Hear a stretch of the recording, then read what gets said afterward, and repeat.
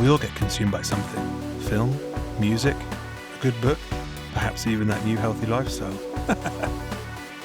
Well, on Consumed, we talk to people about what's consuming them. So, let's get consumed.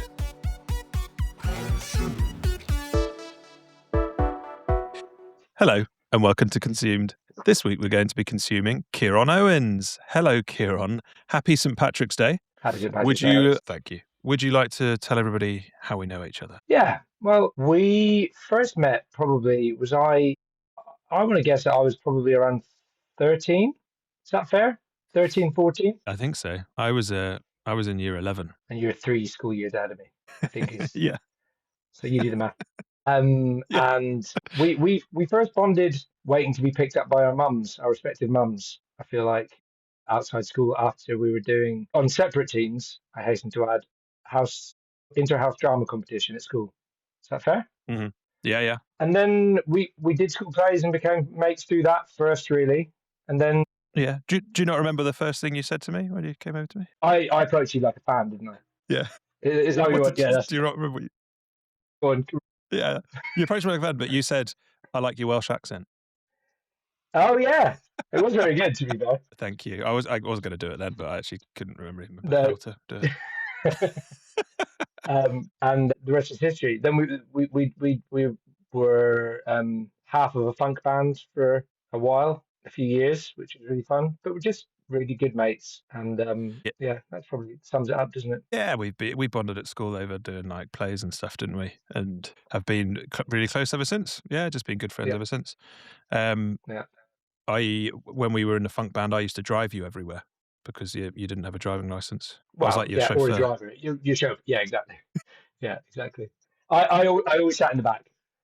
Yeah. Oh, yeah. Always sat in the back. And you always had a bottle of water ready. Yeah, absolutely, every time. Yeah. Yeah. And you had, if I remember correctly, is that the same car you had a sticker of Paul Scholes on the back? Yes, I did have a sticker of Paul Scholes. Yeah. I don't think I put that there. I think our friend Chris Gunter put that there. I can't quite remember, to be honest with you.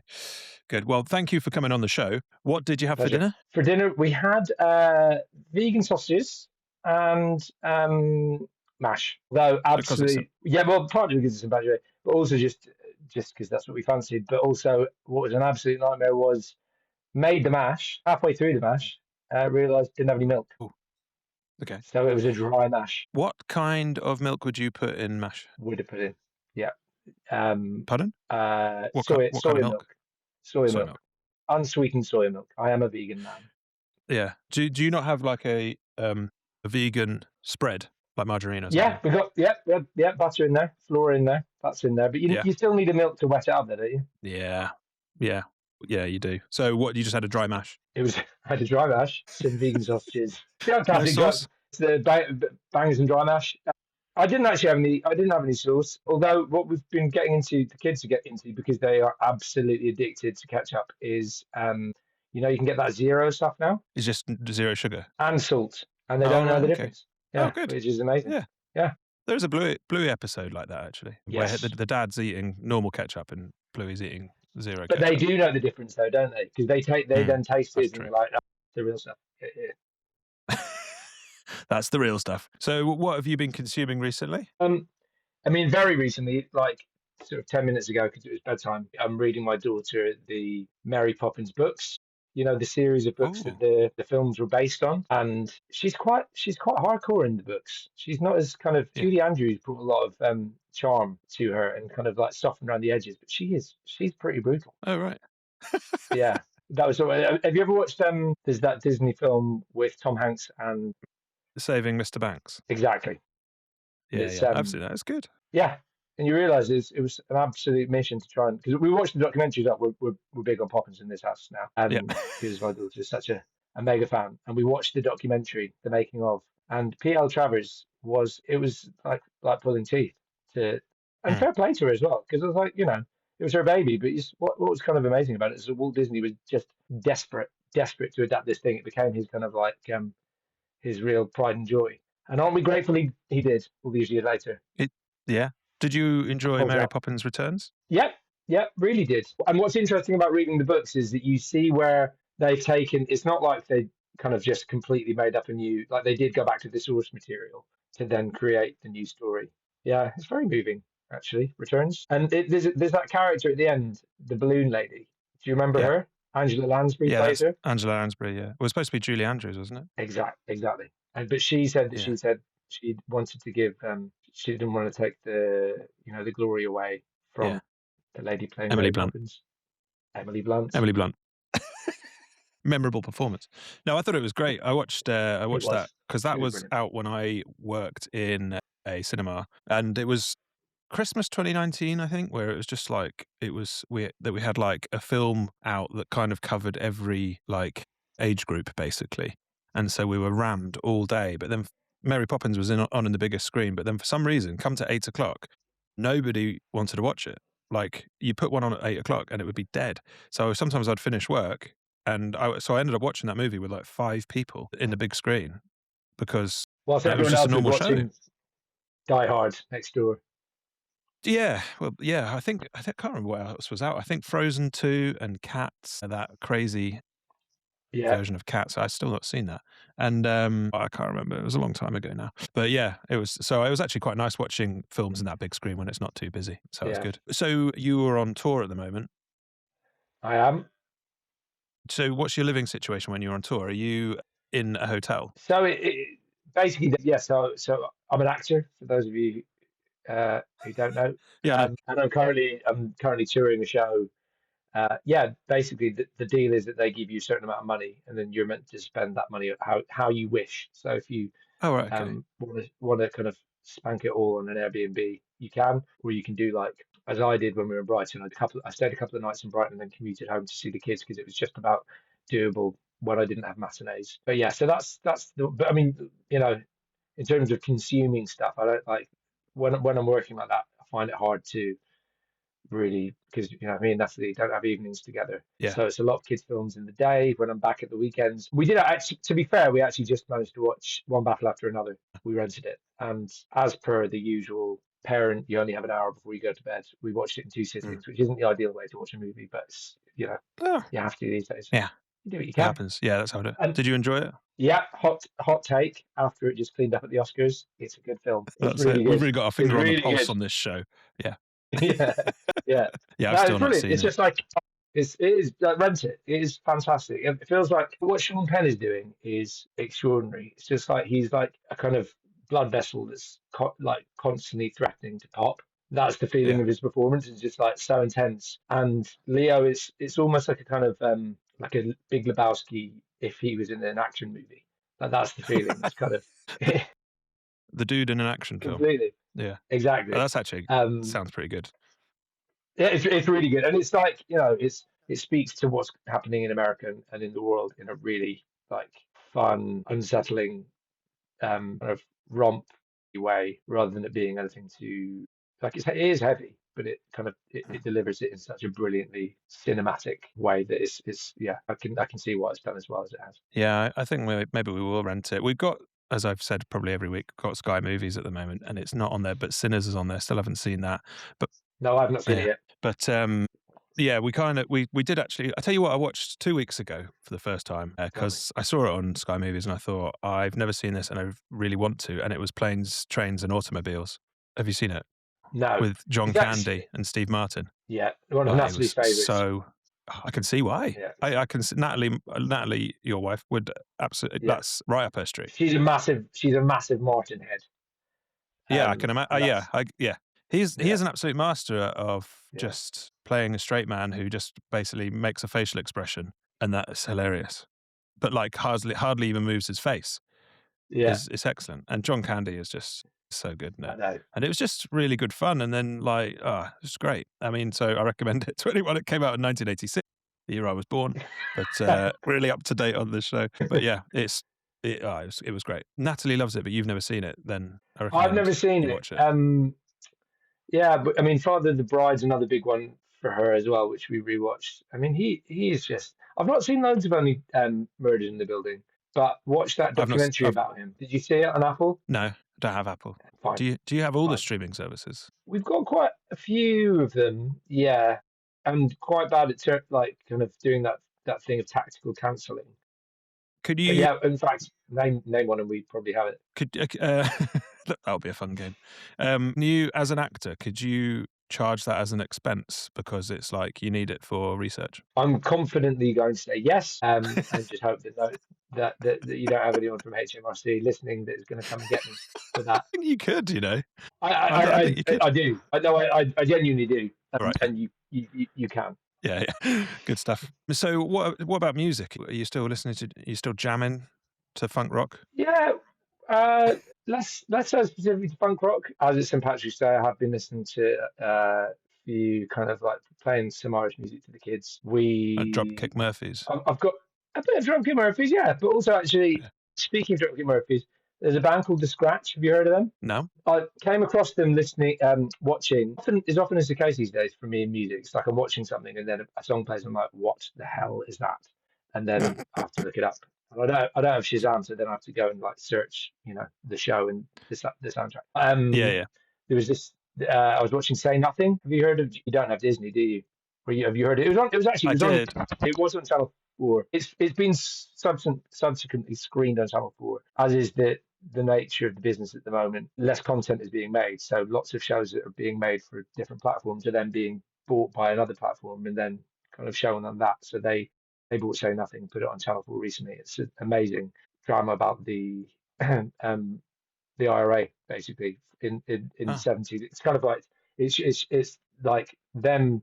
Some of the key players, including Jerry Adams and his alleged involvement in the IRA, I should hasten to add, in the 70s, and then it kind of like shows them like grown up because they're like kids. That's the amazing thing about the show is that you realize how young they were. They're kind of a lot of these people who were radicalized, caught up in a movement like as almost teenagers. Anyway, there's this episode where they play this brilliant song which is called Shanachie, and I was like, what the hell is that? And then looked it up, and they're called The Scratch, and they're a Dublin-based kind of trad metal fusion. Sounds like something you would like, yeah. Yeah, I mean, I wouldn't say I'm not traditionally a kind of metalhead, but I was like, it was the kind of thing where I was doing. I suddenly just got into their back catalogue. I was like, yeah, it's heavy. Like they're also kind of punky. They're also kind of, I've seen them described as prog rock, which I don't really know what that means. But it was like, I'm doing the washing up, kind of properly headbanging, kind of saying to Natalie, oh my god, they're amazing. And it's like getting into a band in a way that I haven't for ages, like, including obviously Fontaines and, is those obvious kind of heroes, saviors of guitar music. Yeah, it felt like one of those sort of rare moments where you go, oh, it's connected with me, probably because it's connecting with my youthful tastes. Yeah. Exactly. Well, I was going to say when you were younger, when we were younger, sorry, you would get obsessed by musical artists. Remember how much you loved Gallows? Got obsessed with Gallows. Appeared in one of their music videos. No? Not as an artiste, I may say, just as someone different. as a someone at the front of the mosh pit. I got on stage with them once in Cardiff. It was one of those points to the point where it's a bit sad in a way. I think they kind of recognised what it was. Please don't come into our gigs. And then on the other side of the spectrum, the Killers. There you go. Absolutely. I think it was a recording of the Jonathan Ross show that I went to. Don't know even how I ended up going to that. And they were playing. That was their first song. It might have been like Jenny Was a Friend of Mine or something. It was from that first album, and I was like, who are you and what are you doing here? Why are you here? I mean, I actually really enjoyed that first album. It was good. So, what about you? Any hot recommendation?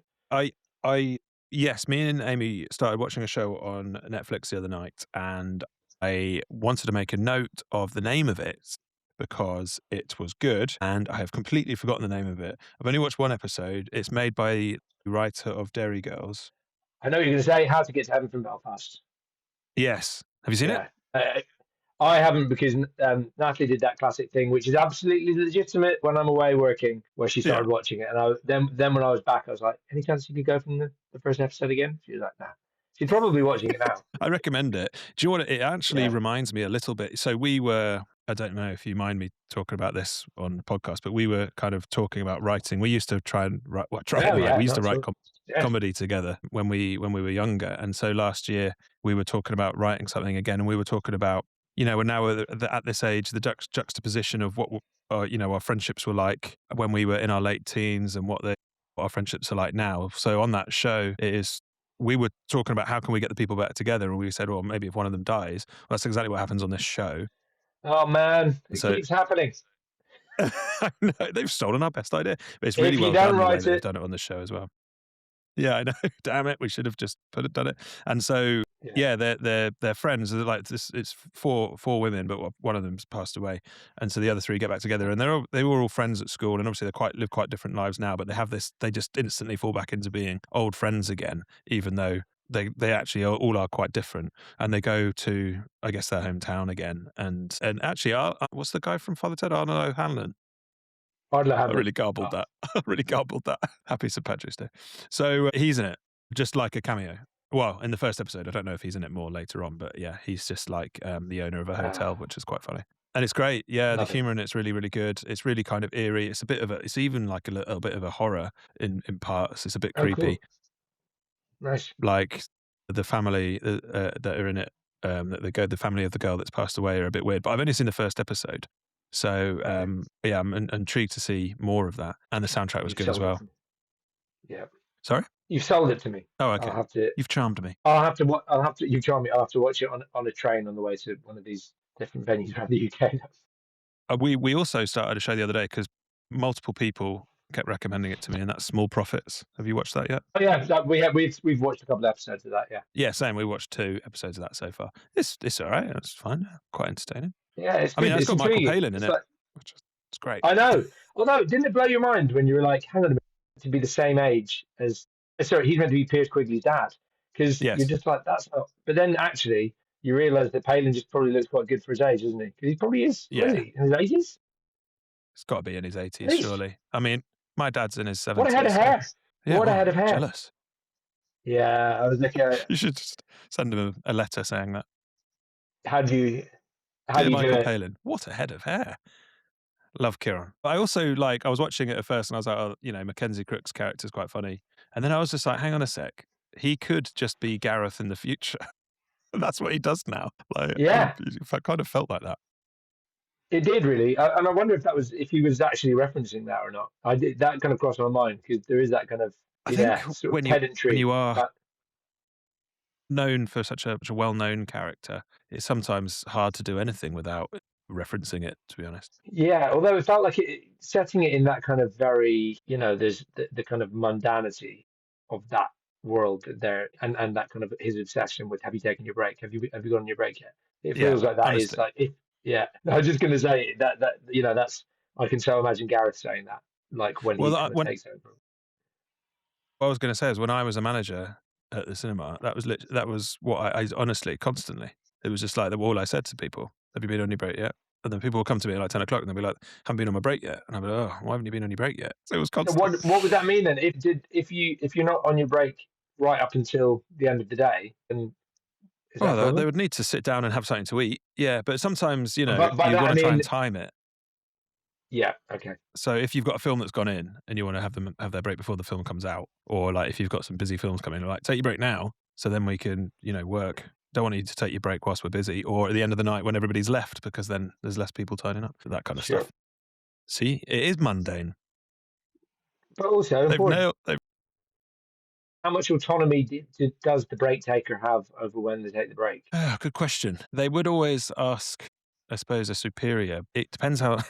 This is going really into the mundane details. It depends how long their shift is, what age they are, how long the break is. And then, really it's kind of... Most people would say, can I take my break now? And I would say, yes. That's usually the way it went. But would people do it did you notice people doing it, after they'd had a coffee, for example? Were they timing it with going to the toilet? Or was it just like when things looked like they were about to get busy, did people go, let me have a break? No, not really. They were mainly, not that stupid. Why are you on your break? Need you out here. Yeah. Stop. Not when they're in the toilet. Yeah. No. Yeah, I'll be banging on the door. Let me in. So if you were on a desert island, which dessert would you eat first? So the big dessert in my life is my mum's cheesecake. That's always been the one that is kind of taken on almost a mythical status in my kind of family. It's the one that I always thought that if I was on death row, I would want for my last meal. But then I thought it would make me too sad because there you'd be eating this thing that reminded you of your mum. And also, I watched a documentary, a brilliant, I think it was a Werner Herzog documentary about death row. And one of the things that they were saying about most people can't, they ask their final meal and they don't touch it. Like they, apart from one story where this guy basically right at the last minute was given, like they can, it's kind of so dramatic. Someone was able to like call and say that they basically had an appeal right at the last minute, and he hadn't touched his last meal. And then they're like, no, there's appeal. And they was like, can I eat that then? And he went back and he gobbled the whole thing up. I just remember it's such an amazing, just like the relief of it. So he actually got to eat his last meal, and then what happened afterwards? Did he win the appeal? That's as far as I remember it. I hope that he did. That wasn't his last meal. Well, it wouldn't have been. I'm sure he ate again at least until his appeal. But anyway, in the morning, yeah. Breakfast the next day. He would have done. I've got a question about this then. So you're vegan. So when was the last time you ate your mum's cheesecake? Well, to be fair, she did once make a vegan version, and it was great. I wouldn't have known the difference. How did she make a vegan cheesecake? You can get at Philadelphia do a vegan version. Oh yeah, true. Yeah, true. Yeah. But nice. I think there were a few bits and bobs that she had to do differently. But yeah, it would be. Does it have a base? Yeah, buttery biscuit base. Yeah. Nice. Of course. And is it just like a baked cheesecake, like New York style, with a base, or is it fruity? Yeah, it tends to be fruity. It tends to be lemony is what she goes for. It's like crack. I mean, it is like. I never knew this actually about your mum. Really? No, I know. Next time, I feel like I've missed out. So I'll ask her to make one. Well, never say never. Come on, get her to send one in the post. So if you were on, if you were on death row, would you eat a vegan meal now? If you were on death row, or would you eat your mum's proper cheesecake? Would you get her to make a vegan? No, I think I'd still ask her to make a vegan version because even though I'm dying, the planet shouldn't have to. No, I'm not one of those preachy ones. I promise, I'm not. I'm totally keeping that up. In fact, but genuinely, this job that I'm on at the moment, this is a great compliment to a vegan. Most people, I've been on it since January, and every single person that's found out, and I haven't told them, they found out through the various different means that I'm a vegan. Oh my God, you're a vegan. I'm like, yeah, I am. Because the joke is, how do you know if someone's a vegan? They'll tell you. Oh, yeah. I mean, I was at one of my cousin's weddings in Ireland, and the punchline, so her brother, my other cousin, was the MC, and he was doing a speech. And the punchline to one of his jokes about one of her ex-boyfriends was that he was a vegan. And that was it. And it got a huge laugh. And I was just like, I was looking around going, guys. It was like, there was no one not laughing. Yeah. I might try that one. I don't think it would really work, though. It would be like, so what? You got to know your audience. Yeah, that's true. That's very true. Very true. So I've got another question for you. I was just going to ask, have you ever given thought to your death row meal, or your last meal? No, but I was thinking that actually that it could be another question that I ask people on this, which is because it's different to say like, on off menu, which is your dream restaurant, but your that's completely different. Your death row meal, it might be something just really comforting that you want, or it could be something that you just really want to. That you've never had, do you want to try one time before you die? No, but that would be bad, wouldn't it? I'd probably go for pizza followed by cheesecake. Yeah, I mean that's good. Yard sale pizza. Mm-hmm. Yeah, it is good. I mean I would, because I try to avoid eating gluten because it doesn't really agree with me very well. I mean, I could have a pizza because I'm probably not going to actually worry about the pain in my stomach or my gut. No, exactly. Could have peacefully pass away. Yeah. But I think that might be a new question. Maybe I'll switch out the dessert island for a death row meal. Nice. People know it's coming. They can think about it. So I also had another question for you. To this one, I let you mull over for a few days. I don't know if you have, if you've forgotten. So if you had a time machine, you have not mulled over. That's I have. Well, I have mulled over. You have mulled over. Okay, good. If you had a time machine, where would you go back to, or when would you go back to? Sorry. Well, interestingly, it would be the past. I don't think I'd be picking the future because I want to keep it a surprise. Do you know what? To be honest, I hadn't even considered going into the future. I always just assumed No, the well then past. you just because also then you just start getting into all sorts of like you don't. Do you want to know? I don't think so. Yeah, it's true. Future wise, no. Yeah. And then I thought, so like in terms of cultural hotspots of the past. Firstly, I was like, well, go see the Beatles at the Cavern. But then I was like, Hmm. would it be even better to see the Beatles in Hamburg? But then I was like, because you get them doing 10-hour sets, but then it's mainly covers, so you You'd be you'd like, get to play see them Hey in a way. Jude. And they'd be like, what? Yeah, What's Hey exactly. Jude?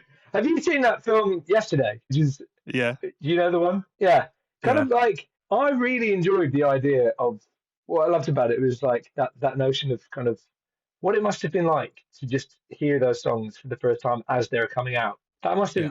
That must have been an extraordinary thing because Yeah, we were able to definitely. just kind of discover them all in in a row. I found my parents' best of collection and just that's what Yeah. got me onto it. But I got into the Beatles um, after listening to the CD one in the Slug and Lettuce when I worked there when I was 18. My parents didn't really and the listen number to the ones Beatles. collection. Yeah, Yeah, and yeah, so yeah. like obviously I knew all the big hits, but I didn't really know much, and there was loads on there that I'd never heard Lady Madonna before, and like Wow. stuff like that. And I was like 18. I was like, how have I got this far in my life? And then it made me start listening to them, and then obviously I was just like, wow, this is like it's just nuts. I would listen to it now all the time. I put on Yeah, Revolver recently, and I'm like, man, this could have been made yesterday.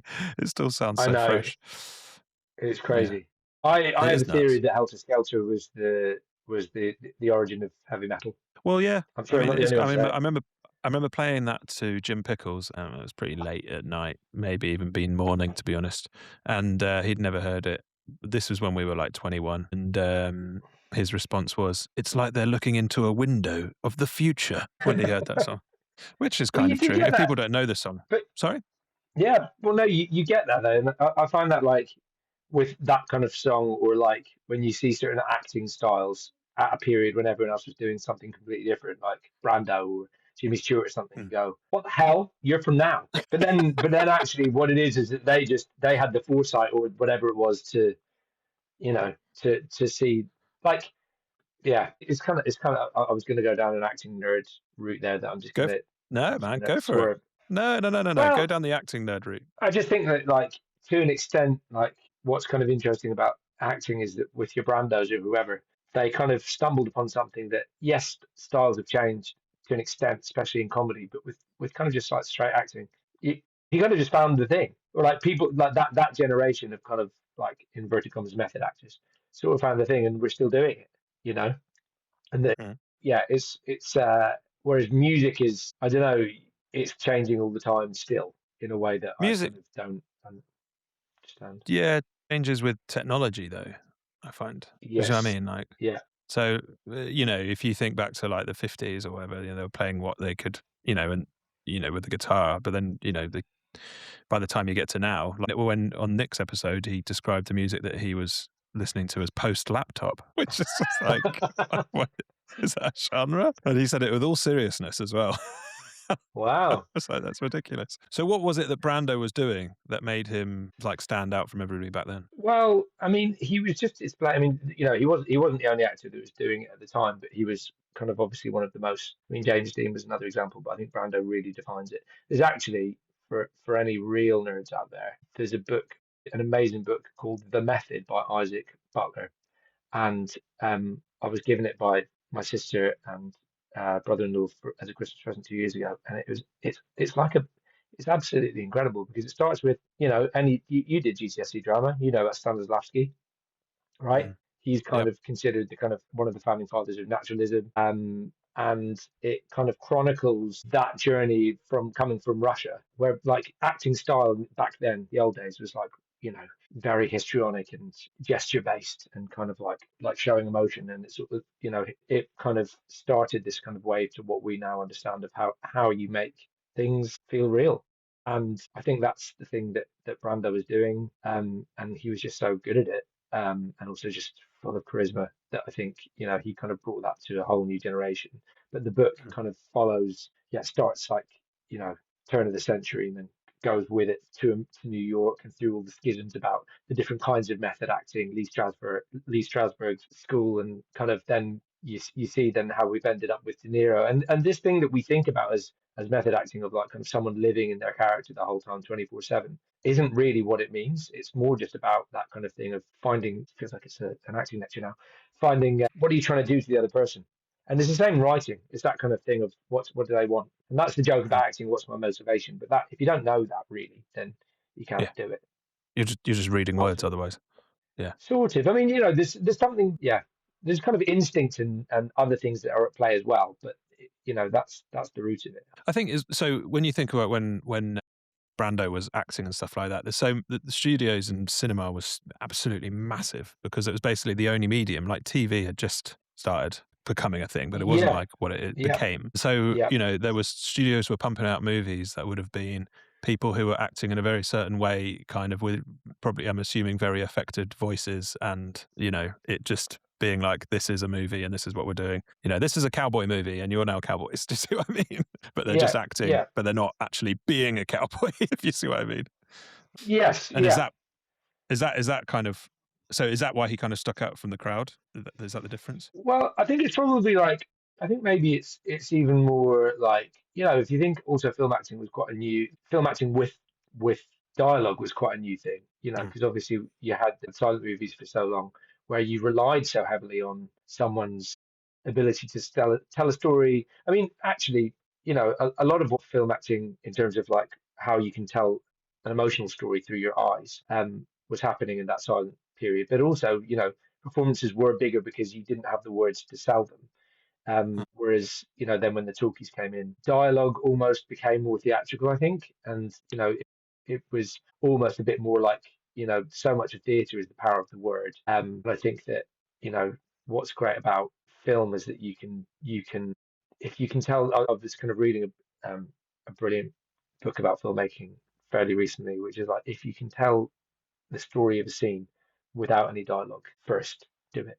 Like that's mm. the, and I think that Benicio del Toro he's a because he's in one battle after another. I was listening to him talking the other day, and again, it's that thing of if you can say it with a look, like silence, like if you can not speak and tell the story, that's better. Absolutely. It's kind of fascinating, yeah, I think I remember very, watching No Country for Old Men for the first time back in the day, and I'm fairly certain there's no dialogue for about what it felt like half an hour at the beginning, yeah. and I started like sitting in my chair normally, and I was on the edge of my seat, like just what was going on. I can't quite remember. It's like a chase scene or something with Josh Brolin or whatever. But anyway, it was Yeah. just excellent filmmaking that just had me absolutely gripped, and no one had really said anything. That was it, No, just and, telling and a those are story. the Coen brothers who are like, masters of dialogue too. Mm, The same is true of actually One Battle After Another. This whole massive, amazing cinematic sequences where no one's speaking, and mm. it's so thrilling. But yeah, but like, You're fam- yeah, I was going to say you're famously in a scene in Peaky Blinders where there's no dialogue, yes, yep. and that's not just because you don't have any Famous- lines. You're in I it for think I more than maybe five shouted. seconds. Yeah, it was very cool. Yeah, it's a very cool sequence, which we shot it over about, I want to say 5 or 6 days, predominantly in Manchester. It was in the last season. It was the big shootout with Arthur Shelby. I was playing an IRA guy who was there to. Spoiler if you've not seen the last series.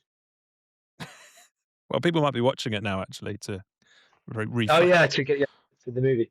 But Yeah, I had the honor of having the most squibs. Do you know what squibs are? I know They're what squibs like are. you know what squibs are. I know what It's squibs are, the but people probably don't know what squibs are. Well, squibs are the bits, the kind of like the explosive bits that pop that you wear under your costume if you're getting shot. You don't always have Mm. them. Sometimes they have them in posts, but in my case, they kind of like rigged me up with. I think it was over 20, and it was basically, it looked like a kind of like suicide bomber's vest, basically, that they put Yeah, then under true. my costume. And Yeah, the kind of guys that had made it obviously had got so much effort and like spent so much time to get it right that when it came to shooting it, I was kind of chilled because I've I've died in lots of kind of, yeah, hilarious, different gruesome ways. I got impaled by a piece of farming equipment in one thing. Rugby tackled out of a barn window and impaled on a piece of farming equipment by was Martin was one Clunes. thing. Not by Martin Clunes, but that was in a thing with Martin Clunes. Oh, shame. I was playing an evil farmer. Yeah, and I've had squibs before because I've executed in the chest before in a gangland execution. But this was like, yeah, like they'd never done it on Peaky Blinders, which is saying something. And basically, the guys who were rigging me up with it were like, "Are you okay? Are you all right?" I was like, "Yeah, I'm fine. You're making me nervous. It's because you're worried that like I'll like I was about to say fluff my lines. I didn't have a line. I just had to shout at that point. But something would go wrong technically, and then they wouldn't be able to use it. But the reality is, it was fine. We practiced it loads, and then you have one take when you're doing stuff like that. I was burned alive in The Last Kingdom, and interesting fact about being burned alive. They had a dummy that they set fire to, but they also had a stuntman, and the stuntman did it once perfectly, and they literally they're covered in all this stuff, and they're set alight, and then you have to put them out, and but because they get paid for 2 goes, because it's so such a risky thing to do, they're like, let's do it again. And the guy, because if you mess it up, like say then something technical goes wrong with the camera side or whatever, then you'd have to reset, and then it would be really expensive because the stuntman would be able to go, right, I'm now in the equivalent of overtime. But because they like nailed it, and then it's like, okay, right, that's pretty good, but let's set the guy alight again, because you've been paid to do it now. Have you been on your break? Yeah, that's where Mackenzie Cook's just walking around film sets just saying that the whole time. Good. Well, thanks for coming on the show. That was a pleasure. Thank you for your interesting stories. You thought it was nerdy, but actually I thought it was really interesting to listen to, and I think everybody else will as well. So I've been, I want to say thank you to everyone for listening again and sending nice messages, and like and subscribe and all that kind of stuff. Follow the show if you haven't already. Tell your friends. That's a good one. I haven't said that yet. Tell your friends. Yeah. And then also, if you want to come on the show, just let me know, because it's easier than me texting everybody. So anyway, thanks for coming on, Ciarán. Pleasure. Nice. Thanks, It's Alex. nice to chat. Oh, that's my new catchphrase. It's nice to chat.